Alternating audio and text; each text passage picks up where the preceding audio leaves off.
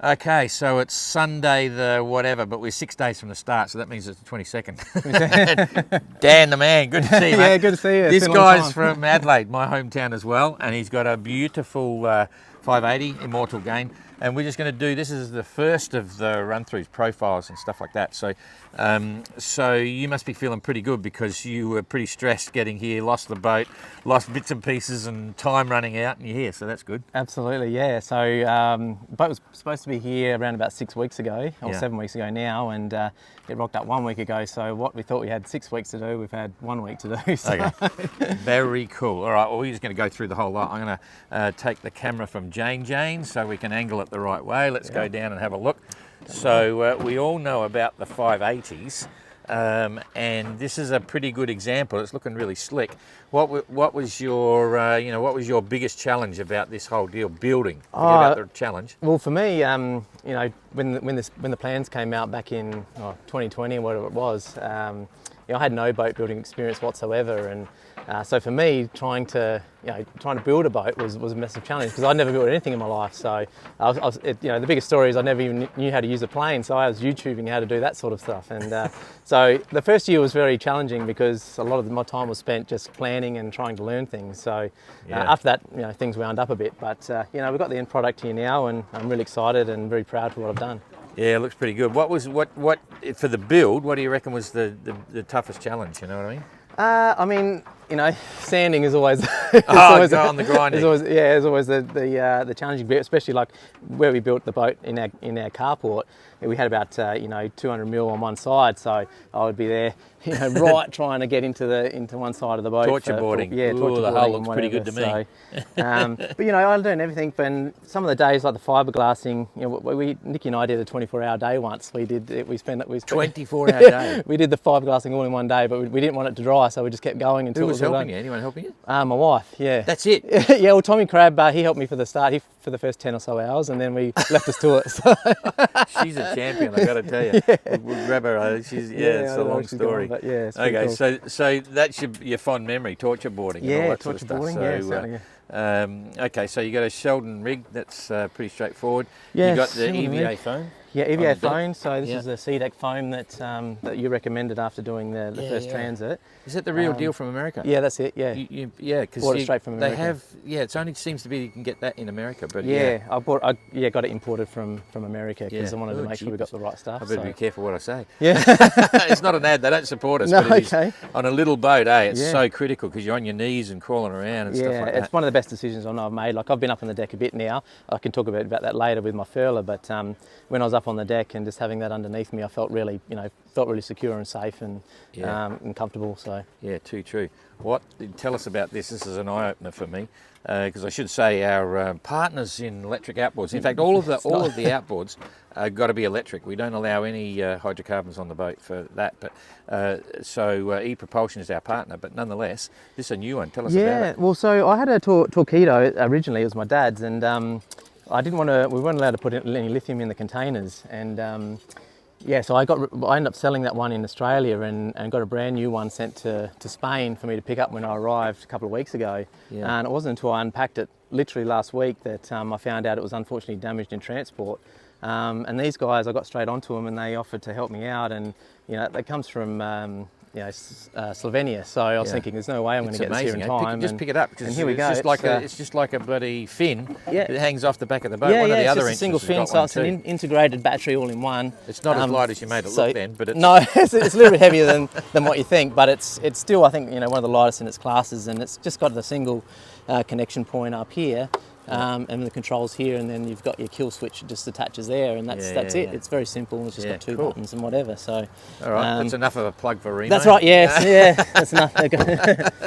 Okay, so you've got the standard rig. You got one cowl ventilator there. Everyone's got to have at least two vents. Yeah, I got the one there, and I got the two vents on the side. You got the bubble. What made you go with a bubble?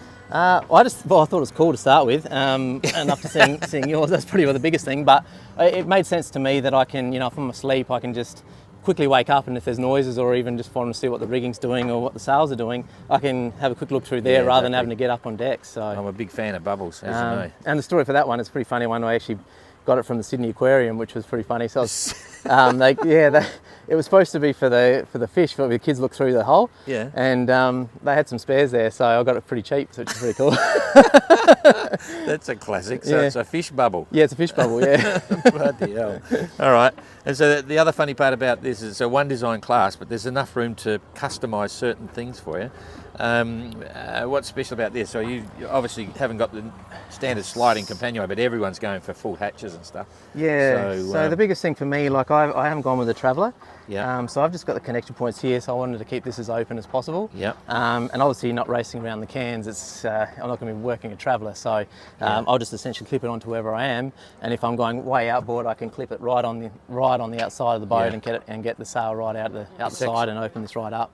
It's actually a good idea. We put a Traveller on tracker, but in hindsight, I probably wouldn't now. It's the same, the GGR guys do all that as well, you know. Yeah. We'll talk about your sailing background because you're actually a performance sailor, so it's kind of interesting. Okay, and you've got a new transom board. What's that all about? Yeah, so certainly a bit of talk around town about these things at the moment, but it was the decision for me was I'm not terribly experienced in wind vanes, and after much decision making and understanding that I need sleep on this race, I've made the decision to go with the hydro vane at the end of the day. Yeah. So I've the last one of the big jobs I've had since I've been here is trying to strengthen up the transom and get this as secure as possible. Yeah. I'm going to take the rudder with me. If I'm not happy in Lanzarote or whatever, I'll make a change. But I think it's with this extra board running all the way across and the teak on the back and whatever. Yeah, exactly. I feel it's going to be strong, but at the end of the day, we just have to see what happens. And I've made the decision what I think's right for me. So yeah, I explain that to people that are watching this. It's kind of strange because each of the boats has a normal rudder, but we've given approval for fitting of the hydro vane on the centerline, so you're able to remove the rudder and mount it on the centerline, provided they meet certain criteria like running the same tiller and all that sort of stuff. So it's quite a big decision for the class. We discussed it at length with existing guys that all had wind vanes and bits and pieces, but that's the decision we made. They're incredibly strong. The mounts are incredibly strong for this size boat. Some will mount it offset, as you'll see later on, but you do have the option now to drop the rudder, take the rudder off completely. Where's your rudder now? It's just on the other side of the thing there, yeah. Where is it? Just on the other side. Oh, it's gone. Keep going straight ahead, where Jane is. No, it's not there. Oh, there it is. Yeah. Okay, so here's his rudder off the boat now. That's the standard rudder. And it turns out that the hydro vane rudder is actually the same size. I'm just swimming this gimbal around. Same size in the water as the 580 rudder. Yeah. And the hydro vane, of course, is a auxiliary rudder steering system. So normally you have your ship's rudder, and then this is a backup if you have an emergency and you lose your steering. You can use this as a rudder. But in this application, with the size of the boat, it was a big decision. So anyway, that explains that one. So, and you've got your panels on a Targa in here? Yeah, another decision, like obviously some of the guys have got them mounted, and obviously girls got them mounted where you can angle them and those sorts of things, and understand I'll lose some power having them mounted the way they are. I've done this reason noting that I'll lose some, some of the efficiency, but knowing they're solid. So essentially, if I get wiped over, wiped out, these should stay no matter what. I have got a little wind gen. I don't know if I'm going to run it yet. I have to change this because the hydro vane's it's in the way of the hydro vane at the moment. But I'm going to take this off. But I have got a little wind generator which is allowed for the mini globe race. But I'm not sure if I'm going to use it yet. You can break that, and so you can lift that section off. That's going to come off. Yeah, gotcha. But I'll have a bit of a play around with that across the Atlantic and see what I think. Okay, you got a camera mount here. I do, yeah. Yeah, that's cool. Well, that was similar to the one that they showed the other day. So yeah, that's cool. All right, so you've got a floodlight here, and you've got your EchoMax transponder, radar detector. Things still need a bit of tightening up, but yeah, that's EchoMax there. I've got my Iridium Go antenna out the back here. Australian. Yeah. He really is Australian, not a Kiwi. He's got a Federation star there. Iridium Go antenna over that side. Yeah. This is the wind generator. That's where I can power that up from there. And I've got my ST1000 that can connect in from this side. Yeah. With this tiller mount, I'm going to have to change this here because it's a little bit of a different angle now. But other than that, that should run pretty smoothly for how it was originally set up. So you got two little autopilots? I've got two ST1000s, Ray Marines, which is the smallest in the class. Yeah, that's cool. I'll just take my shoes off. Okay, I'll try and get on board here. I buggered up my leg this morning. Okay, you're right. No, that's cool. Oh, jeepers, hang on to the camera, Gene. Yeah, I popped a tendon. Long Okay, story. shit, okay. Okay, yes, you can film the young man getting on board. Thank you, Gene. Okay, that's not going to live there, is it? No, that's just cool. taking That's stuff away at the moment. So yeah. Spooky hatch. Okay, so back here you've just got all the usual bits. Yeah, just- Anderson winches, all the usual jammers and clam cleats. Cam cleats and yeah, got all that. I've got to rerun the lines, but I've got the jack jack stays running up the sides here. Yeah. But everything's pretty standard, pretty everything running back to the cockpit. Two vents here, two in the back to create a flow, one each side. Yep. Plastimo contest compass, all that stuff. Okay. Ooh, I like the feel of this EVA. Yeah, it's lovely. Geez, are they carbon fibre? No, they're so there's timber, but it's. Do you want to explain what they are? I know what they are. So they're the foils for the back, but yeah, so they've just got like a carbon lookalike. Carbon lookalike, yeah. Okay. So, yeah, there's two fins that you can put on the transom at the back there. That's right, and let's just explain. You're getting the big Cook's tour here because some people haven't seen the 580s and what they're all about. Yeah. You want to tell them about the drainage and all that sort of stuff? stuff? So we've put as part of the class, you need to put the two the smaller drains at the back here, and also a 10 centimetre one to easily get flooding drain. If this gets filled up with water, that which it will, the majority, well at least up to here, will get discharged pretty quickly, and then obviously once it's at a yours are all bigger than required. The same in the corner there. There's some in the corners of the cockpit. Yeah, seat here. I put them in just because I hate having just a little bit of water running in here. So we had little ones, but that's a good one, big size. So whatever. That's common. And all the builders never put. That's for commissioning plate. That one there it says the 580, but that's when you launched it and who. That's what it's for. Okay, there you go. No one ever does it, but I don't know whether we officially told them. So that's cool. And then just got the two hatches on the top here. Not allowed to have them on the side, so we've got these watertight hatches on the top. Cool. And the Plastimo bilge just on the side pumps there as well. So you got external pump. Yeah, the boats are like a little mini round the world race, and it pretty much meets a lot of the Category O requirements under world sailing. All right, let's jump below and see what happens. Look, we've got a bit of a mess down here. We're still sorting things out, but come on down. Yep. Okay. Boom, boom, boom. Okay, take the camera. Okay, I'm in. Alrighty. Okay, so here we go. Ooh, what a cool looking little boat. Now I've got to work out, we can't change the lens on this one, can we, Jing? We can't go super wide. Here we go. It's as wide as it goes, but there used to be a wide, on a normal one there's a wide thing. No, it's just, that's normal, that must be it. Okay. All right, so here we go. Let's start where we're looking, the electrical system. Yeah. That's very impressive. Yeah. It looks like it's waterproof. It is, yeah. So commissioned a guy, good marine electrician in Adelaide, Andy Ship, to help me out with all this. Or he did, he did it all. I ran some of the lines, but he did basically the majority of it. It's not something I really was too competent in. So he's done an amazing job though. So it's all really neat, and it's all quite simple. I've got a so it's all in a watertight box. Yeah. Very simple. You have a wiring diagram, battery switch there. Yep. Got your voltmeters. You got twin. Oh, because you got lithium batteries. Yes. Yeah. Yeah. So lithium batteries with two completely independent, or two separate batteries. Yeah. So you can't cross them over. You can't cross them over. Yeah. That's cool. Yeah, that's part of the requirement too if you've got an autopilot, so you don't flatten both batteries. Yeah. And your system's all approved, eh? Yes, that's right. Yeah. Another requirement we have. Yeah, it's all signed off, and yeah. Normally we don't approve the electrical system, but as soon as you go lithium, that's pretty important. Yeah.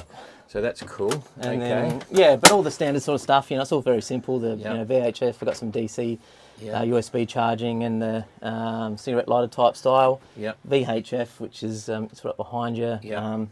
B&G instrument, I've just got like a swing arm that I can swing over and see from either downstairs or up on the cockpit. Okay. And then you've just got your sort of the the AUS system, and up here, and splitter and all that sort of stuff. Everything. Anchor lights, tricolours, all different on different points. So I've got my little fan here. Yeah, fan of yours. So that's and if I remember right, Tom Crabb was a big helper, so is Yacht Lab. That's right. And yeah, Vallis family and Dan too, because I've got a good memory. Eh? Yeah, that's right. Yeah. So there's been a lot of people that have really helped out through this process.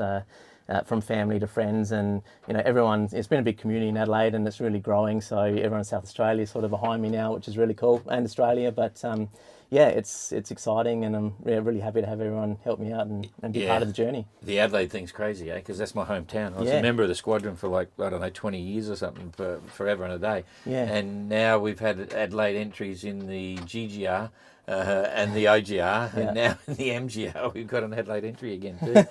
All of them. So. That's cool. Yeah. And so this is your chart table. There's a big bin. Yeah, basically. You see each boat's different, but it's good to have space. Yeah, we're just trying to keep it as much space as possible. I'll set things up a bit better than what it is at the moment, but it's sort of a... Yeah, we're in the middle of sorting processes and work. Although it looks like you've done just about most of the jobs now. That's right. Yeah, we've done the big thing. So we just had to focus on getting the things that we needed to do as part of the so I could sail at least first, and then the major jobs to get me on the water, and I can just keep working on the little stuff as we go, sort of thing. Cool. So I'm going to swap sides with you here and show us your galley. Yeah. You got tiny bloody gas cans. Yeah, so tiny gas cans. I've got a little custom-made little gimbal here. That's basically all the cooking I'll do. I've got a little sink, but it's not connected or nothing. It's just a just a pop-up little one. well or whatever. Yeah. I've got a crash helmet for when I'm doing things, and then basically I'm not going to. I'm originally in the forces, so I don't need to have great meals or nothing. As long as I'm getting the nutrition down, that's the main thing. But I've got like a lot of these like little bags that have already, they're not dry meals or anything. They're just like these on-track meals from Australia, where we can just heat them up in the bag and then straight out, or cold if you want to, and just eat them straight away. Oh, so they're wet food? Wet food, yeah. Ah, jeepers, that's pretty cool. Really good stuff. I'm a big fan of wet food. Yeah. So you don't have to keep putting water in it. No, you can eat it cold, or so what were these worth? How much they cost? Well, they've helped me out a bit with... For what they normally cost, I should say. I think they're somewhere around about $15 a bag, Australian, so... That's cool. Whatever that is. So. It's just so easy, because I, when I did the transatlantic, you had virtually all wet food, and I just eat it cold. Yeah. I lit the stove 3 times just to make sure I was looking, some of the stuff from Europe, but it was hard to get. So this is like the Australian version, and it's pretty good stuff. So yeah, very good. Yeah. Okay, and then up here you've got your VHF there, and your PLB and bits and pieces. Yep. Yeah, so that's all. That's easy. Very, very. And here's the bubble. Boom. I don't know if you get up in there, but it's pretty cool. I'm a big fan of bubbles, and in fact, on tracker, I could actually stand there. I see the height. Well, you're on the hull, so it'll be the same thing. See, my shoulders are wedged in there, so I can't rock around, which is really cool. Get more wet weather gear on up in there. And, okay, so watertight bulkhead there with the hatch, and you got your batteries this side. So what else is up there? Yeah, so I've got my weight back a bit, but I'm not going to have much weight up forward at all. I've just got the depth sound, the echo sounder down in here.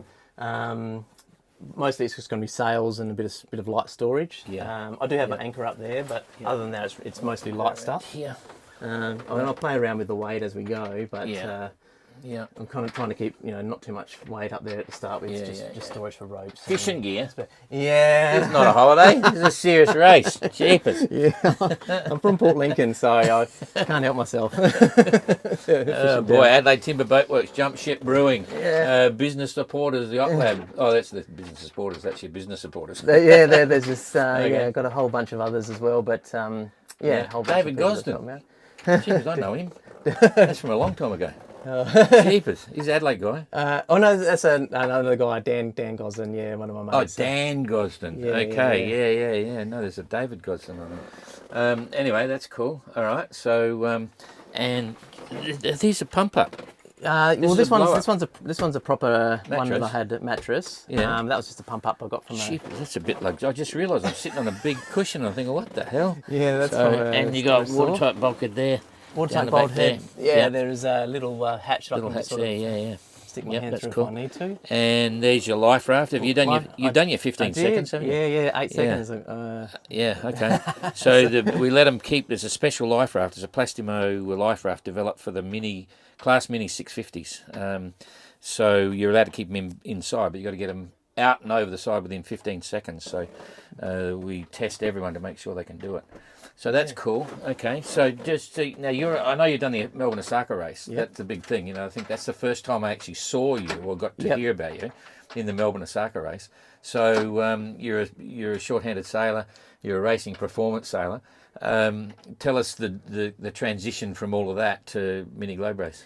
So I So I've sort of told the story a bit before, but when I was a kid, I also grew up sailing and worked through the classes from Holdfast Trainers, which is a little class in South Australia that we had, and then 125s, lasers, tasers, and all that sort of thing in the army.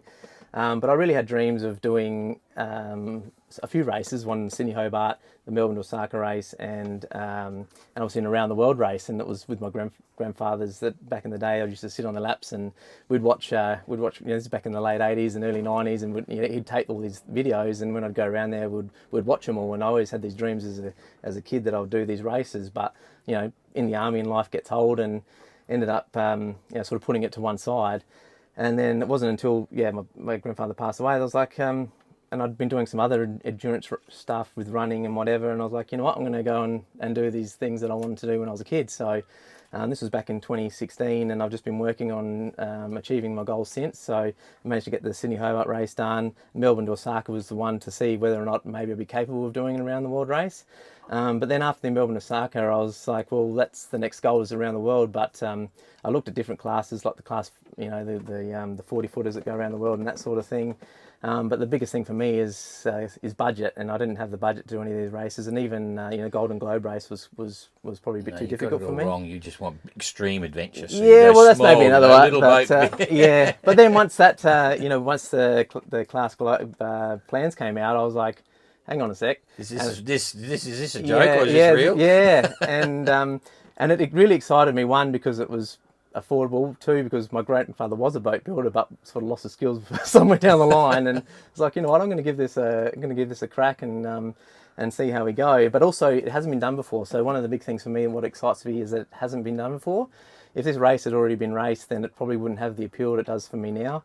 Because I've always wanted to do something that hasn't been done before, and the excitement of not knowing the outcome is obviously is huge for me. Yeah. And people telling me it can't be done drives me even more. So I remember I was in the squadron with you, and we were having a dinner. I think it was about the Ocean Globe race. Yeah. And you were there that night, and then we were on another table with a bunch of people, and I started to tell them, I said, oh, yeah, Dan over there, he's going to race one of our 580s, around the world. And they said, what's that? And I said, oh, it's a little 19-foot boat. You should have seen the reaction on the table. Yeah, it was silent. Like it was a lot don't be so stupid. a lot of silence, and there was a lot of negativity. But that's one of the things that drives me is hearing people say I can't do things, and that's what drives me to make them happen. So right now, there's still people that I'm sure don't think that I'll make around the world. They didn't think I'd be able to get this boat done, but what it does excite me is showing people wrong, and also inspiring people, and the people that have got in touch with me just out of the blue from in the last few weeks in particular has been awesome, and I've just been it's given me goosebumps. So I'm really excited to be here. No, that's cool. And you now are moving over the realm of Nikki. I mean, she's not here, but we'll have to grab her. Yeah, have to grab her. Yeah. I mean, you sold the house. Yeah, and that's a statement on. I mean, the boats are only little boats, but the campaign is huge. Logistics and even with the boats, I mean, there's a lot of safety gear and so on. Yeah. It's not, it's still money, but selling the house was a bold move. That's right. Tell us the story, because you're saying it's brought the whole family together. It has, yeah. Well, so for me, I was working through while I was building this. It took me 4 years to build this boat because I had to work, and the only time I had any spare time was on the weekends or early in the morning or late at night. And it got to the end of last year, towards the end of last year, and we had to make a decision whether I was going to do this race.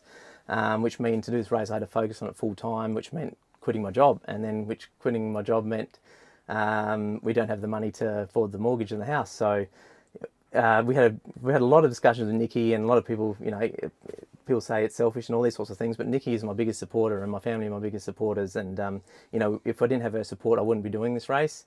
Very lucky to have her involved, and she's just as excited as me for this race. And if she ever says to me this, I can't do it, then I have to say it's not for me. But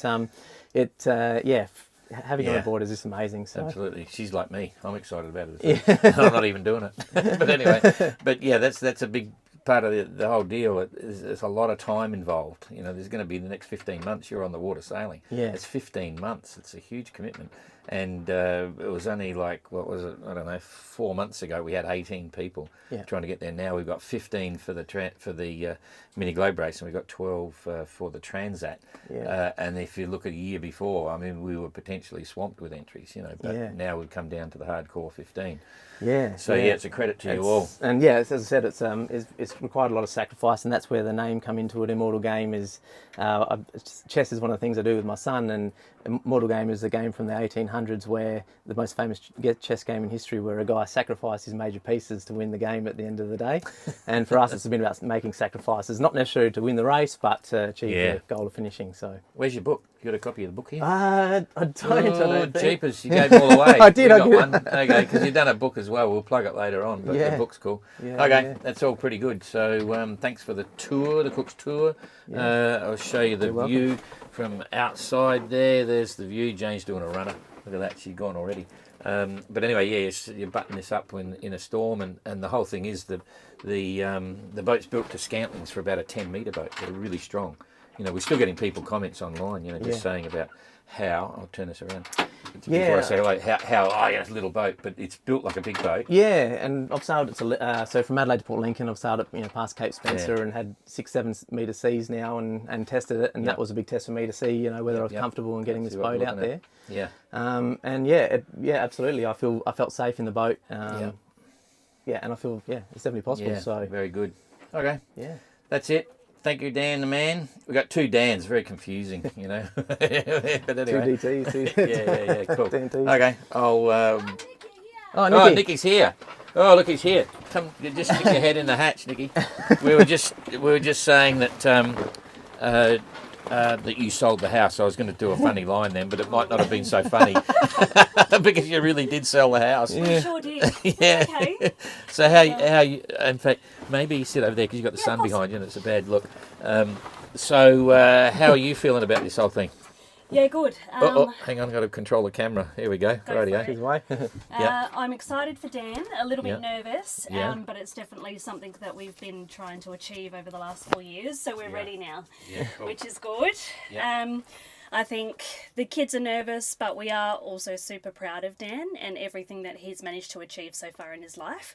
And we know that this is just the next stage for him. So let's do it. Tell me the worst part about the discussion of selling the house. Not the worst part. So describe it to me, how it evolved, just your side. Definitely. So I think when Dan was first researching what to do and how to do the MGR, we were trying to work out how to financially best approach this as a family, and that looked for us as though we had to sell the house in order to be able to complete this journey, but the discussion was, as long as our family is safe and we're doing the right thing, then that ensures that Dan can get this journey underway and achieved. So we're happy to do it, and you never know what might come out of it. It might be life-changing for us. Absolutely. So, it's one step at a time. One thing we say, we have a lot of belief, so we don't know what's going to come out of this race. There's no prize money, there's nothing like that, but we feel that it will change our lives. We don't know what that will look like, but we have belief it will. Yeah, and we're definitely willing together to take the risk. Yeah. I have enough faith in Dan and everything that he's achieved so far to be able to do that. Can I ask you what you do?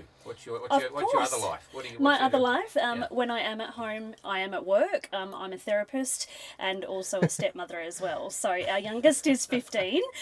We also have 2 dogs which run riot, but we have a very beautiful and very full life. So we're very privileged in that regard. And I think that this is, for us, the next stage to complete that chapter for Dan. So to be able to accomplish this dream and something that he's always thought about doing, it really means a lot to us as a family, and we are, even to get this far, we're super proud of him. Yeah. So I can't believe it. So what's your logistics for the next 15 months? Like going around, what are you going to do? Shit, that's a huge question.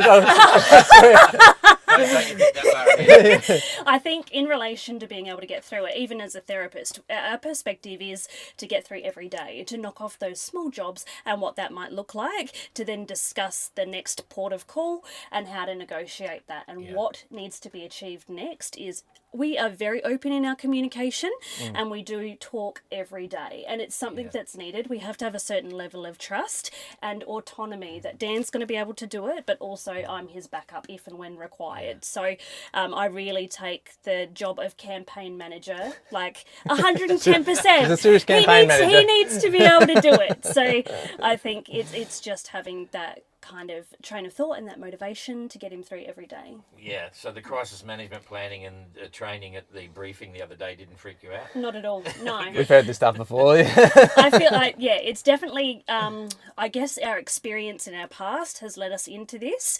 And yes, it will be the longest journey that he's ever undertaken, but there's no fear there whatsoever. We're just going to take every day as it comes. So we're going to see you in Antigua? You coming to Antigua? No, unfortunately not. Not Lanzarote either? No. So it's going to be Fiji. Fiji. Cool. Yes. So that'll be a big one. Incentive to go fast. I'll be going there quickly. Safely, but Oh, quickly. yeah. I'll be trying to get there quickly anyway. Yeah, That's cool. All right, I've got to say, you're managing it like a pro campaign. I mean, you've got a lot of support in Adelaide. Yes. You're getting a lot of media over there and Yes. a lot of friends coming in and backing you up.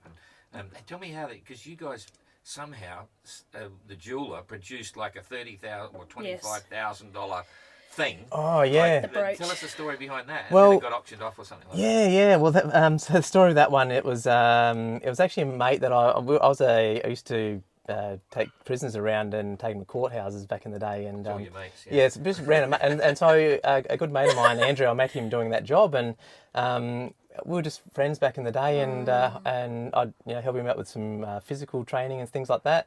And we didn't talk to each other for years. And then he randomly caught up with us in a shopping centre. He goes, "Oh, I've been following your campaign. I haven't spoke to you about it, but I'm just buying this jewellery business and I want to support you. What can I do?" Yeah. And I said, "Oh, well, that's lovely. You don't have to do anything." And then all of a sudden, the next thing I know, he's produced this thing for me, and I was like, "Holy hell!"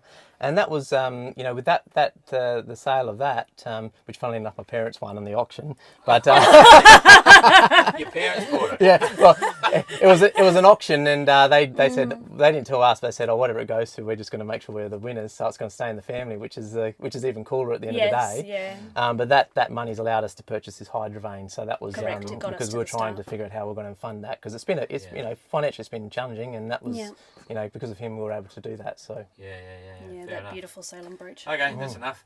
Lovely. The boat people would have probably dropped off about 20 minutes ago, yeah, they're like, God, Anyway, some people are after the human side, yeah. Yeah, oh, definitely. jeepers, look at that. There's another whole lot. Yeah. Okay, Yeah. 22 Chocos. Andrew Stanley and Val Hennessy. Oh, there's some familiar names there. Yes, there is. Yeah. Because I sailed away from Adelaide in 73 and never really returned. No, 78 or 9. Never really returned. But Yeah, anyway, okay. another story. Okay, Yeah. that's it. Oh, look at that. Got you, Jane. All right, I'm going to say goodbye. Lovely. We'll say goodbye to everybody. Thanks, I'll turn it off guys. in a minute. Keep following. Okay, thanks, everyone. See ya. Yep, okay, now I've got to just press the button. I think I hit that.